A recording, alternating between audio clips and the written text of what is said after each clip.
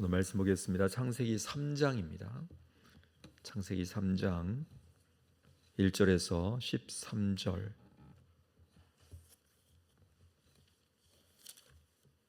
창세기 3장 1절에서 13절까지 말씀을 한 절씩 교독하겠습니다. 그런데 뱀은 여호와 하나님이 지으신 들짐승 중에 가장 간교하니라. 뱀이 여자에게 물어 이르되 하나님이 참으로 너희에게 동산 모든 나무의 열매를 먹지 말라 하시더냐.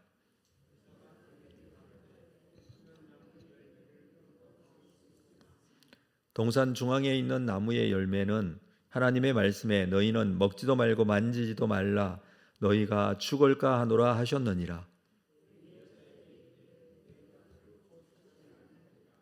너희가 그것을 먹는 날에는 너희 눈이 밝아져 하나님과 같이 되어 선악을 알 줄 하나님이 아심이니라.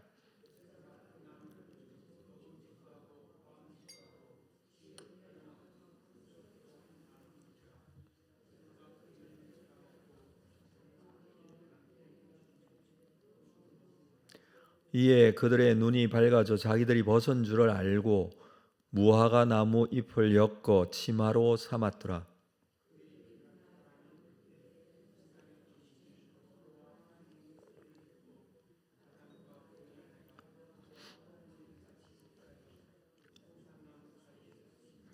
여호와 하나님이 아담을 부르심에 그에게 이르시되 내가 어디 있느냐.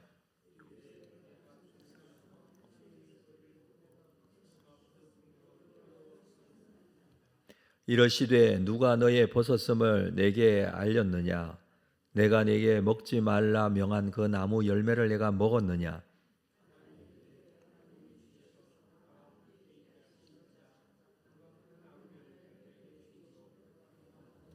함께 읽습니다. 여호와 하나님이 여자에게 이르시되 내가 어찌하여 이렇게 하였느냐. 여자가 이르되 뱀이 나를 꿰므로 내가 먹었나이다. 하나님의 창조는 완전한 창조였습니다. 보시기에 좋았더라. 하나님의 선하심대로 창조된 창조였다는 것을 우리가 보게 됩니다.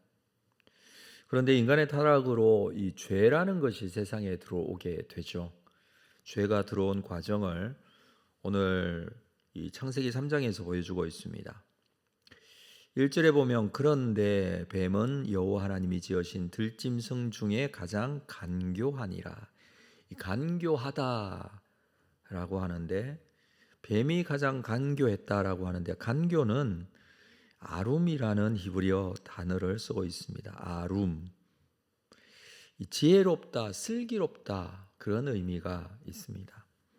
한글로 번역을 할 때 간교라는 안 좋은 이미지를 가지고 있는 이 단어로 번역을 했지만 원래 그 의미는 지혜롭다라는 것이죠. 중요한 것은 그 지혜롭다라는 것이 잘못 사용되어질 때에 안 좋게 되는 것이 바로 그런 의미가 있다라는 것입니다. 이 아룸이라는 단어는 2장 25절의 벌거벗은이라는 단어와 발음이 좀 비슷합니다. 거기는 아롬이라는 단어를 쓰고 있는데 25절의 이 상태, 남자와 여자가 벌거벗었으나 부끄러워하지 않았다라는 것은 서로 부끄러움이 없는 상태, 다시 말해서 서로 연합이 되어 있는 상태라는 것입니다.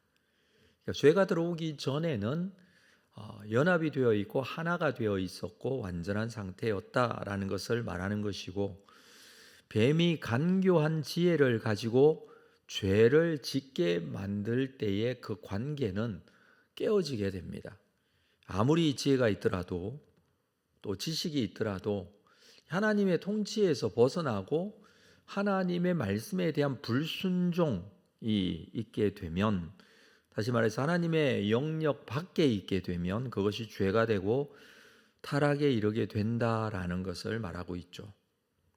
그 간교한 지혜를 가지고 뱀은 여자에게 접근합니다. 1절 계속 보면 뱀이 여자에게 물어 이르되 하나님이 참으로 너희에게 동산 모든 나무의 열매를 먹지 말라 하시더냐. 뱀이 여자에게 묻고 있습니다. 자, 이 묻고 있다라는 것은 그냥 한번 지금 처음으로 뱀이 여자에게 접근해서 말하는 것이 아니라 지속적인 대화가 그동안에 있어 왔다라는 것을 전제하는 것입니다.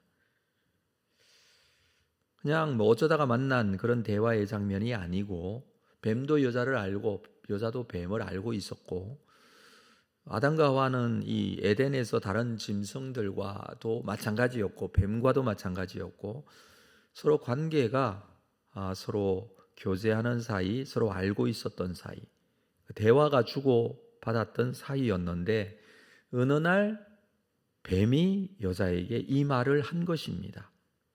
하나님이 참으로 너희에게 동산 모든 나무의 열매를 먹지 말라고 했더냐라고 하나님께서 말씀하신 그 말씀을 인용해서 말하고 있습니다.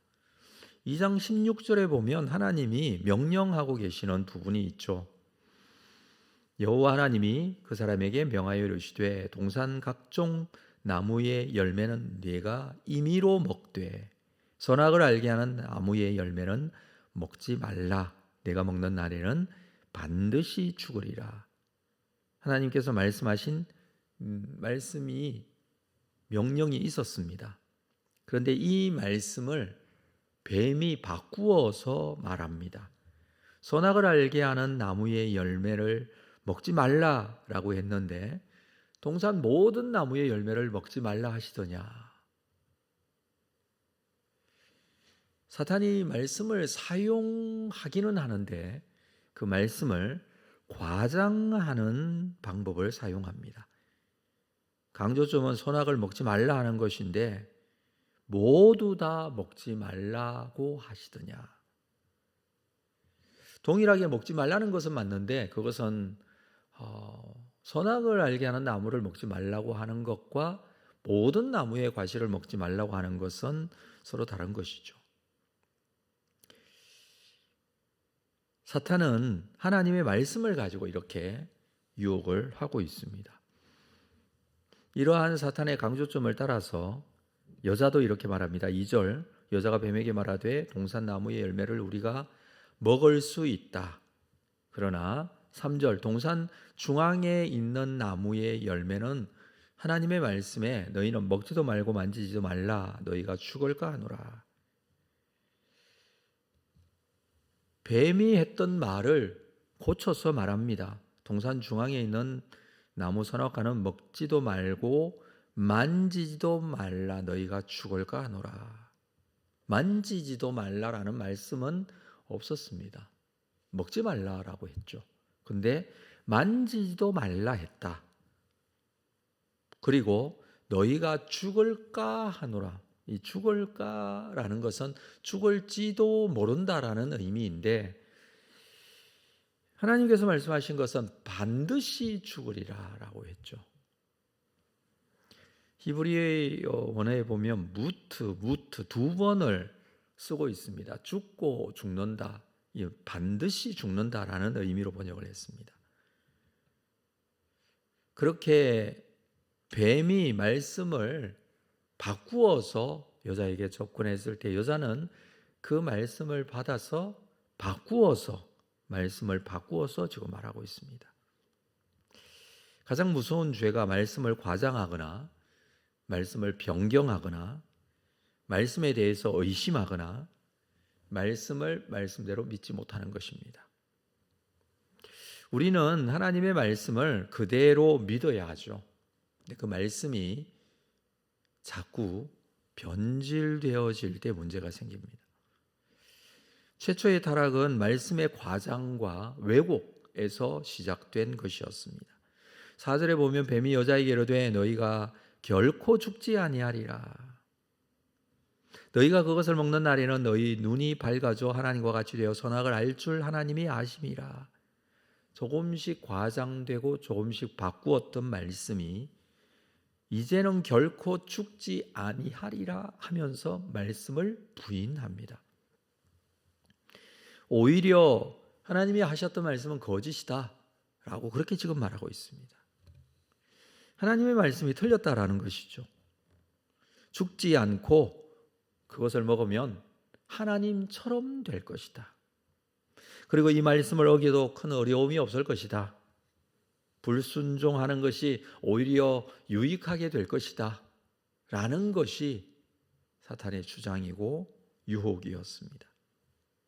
자, 6절 보면 여자가 그 나무를 본즉 먹음직도 하고 보암직도 하고 지혜롭게 할 만큼 탐스럽기도 한 나무인지라.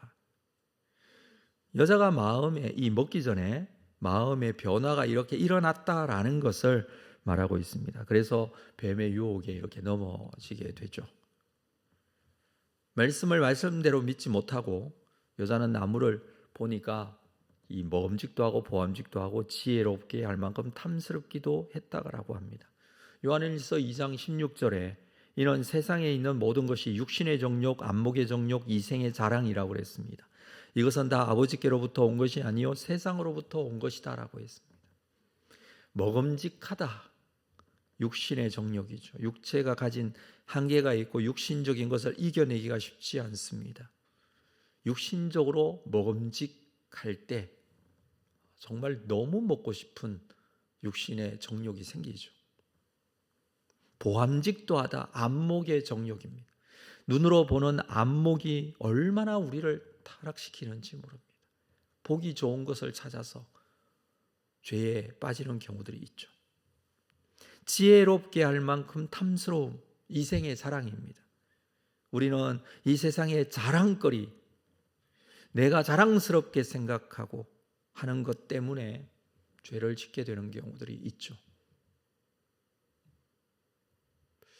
이생의 자랑을 두고 살아가는 게 아니라 하나님 나라에 대한 소망을 두고 살아가는데 이 땅의 것을 자랑스럽게 여기기 위해서 그 자랑으로 내가 소유하고 나를 덮고 보여주기 위해서 죄에 빠지게 되는 경우들이 많이 있습니다. 이렇게 죄라는 것이 세상에 들어오게 됩니다.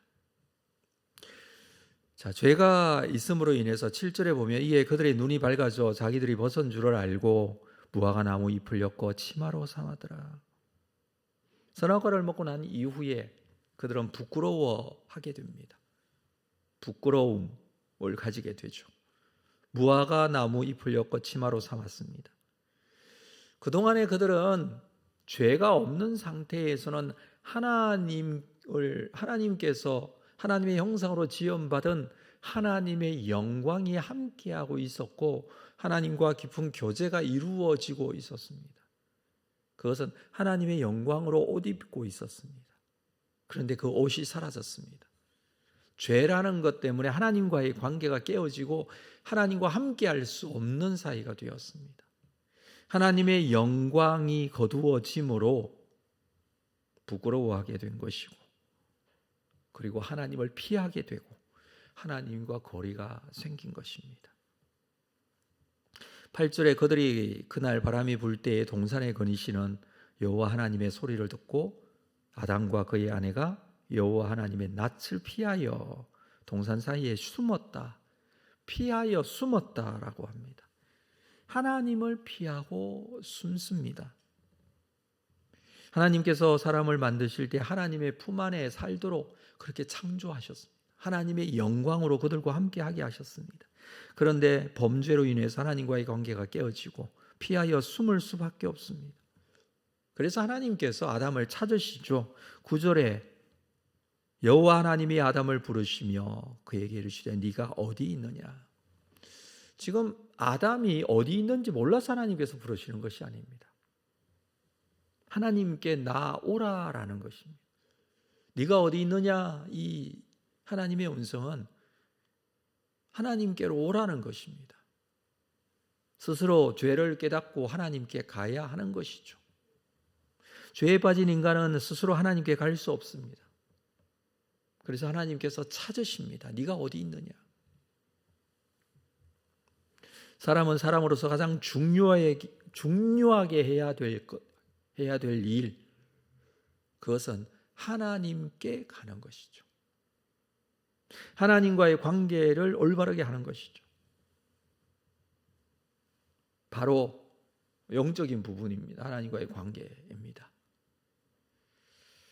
많은 문제가 생기거나 어려움이 있을 때 또 죄의 결과로 인해서 우리에게 힘든 일들이 생기게 되는 경우는 우리가 살게 되면서 계속 반복적으로 맞이하게 되는 일들입니다. 죄된 인간은 죄의 결과물로 인해서 계속해서 어려움이 생기죠. 고난 가운데 있을 수밖에 없죠.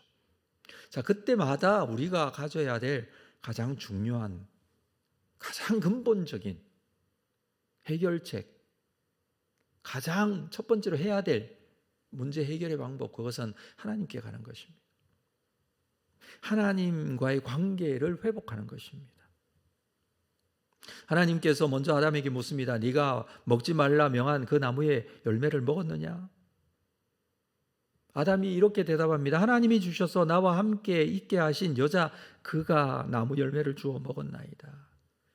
그 여자가 나에게 주어서 먹었습니다. 그 여자가 어떤 여자였습니까? 뼈 중에 뼈요 살 중에 살이라고 그렇게 고백했던 사랑하는 사이였습니다. 사랑하는 아내였습니다. 아내 탓을 하고 있습니다. 이것이 바로 관계의 타락이죠.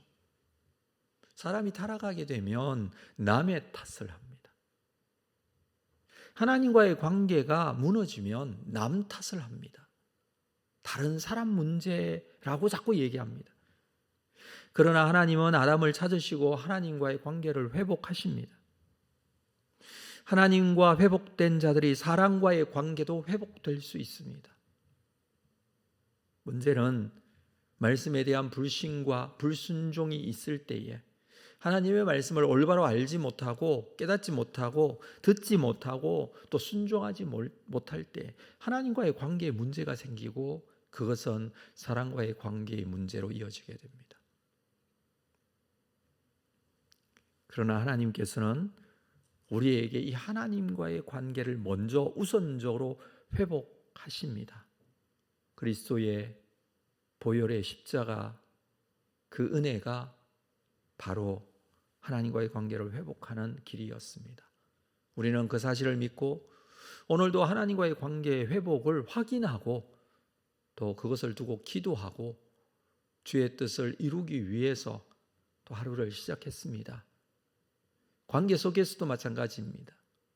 하나님과 깊은 관계 속에 그 말씀에 대한 순종이 있을 때에 하나님과 나와의 관계가 회복되어지고 주께서 회복하신 그 은혜의 힘과 능력으로 또 사람과의 관계에서도 온전하게 되어질 줄로 믿고 오늘도 주의 은혜로 하나님께 더 가까이 가시고 또 그 말씀 가운데 순종의 은혜를 경험하시면서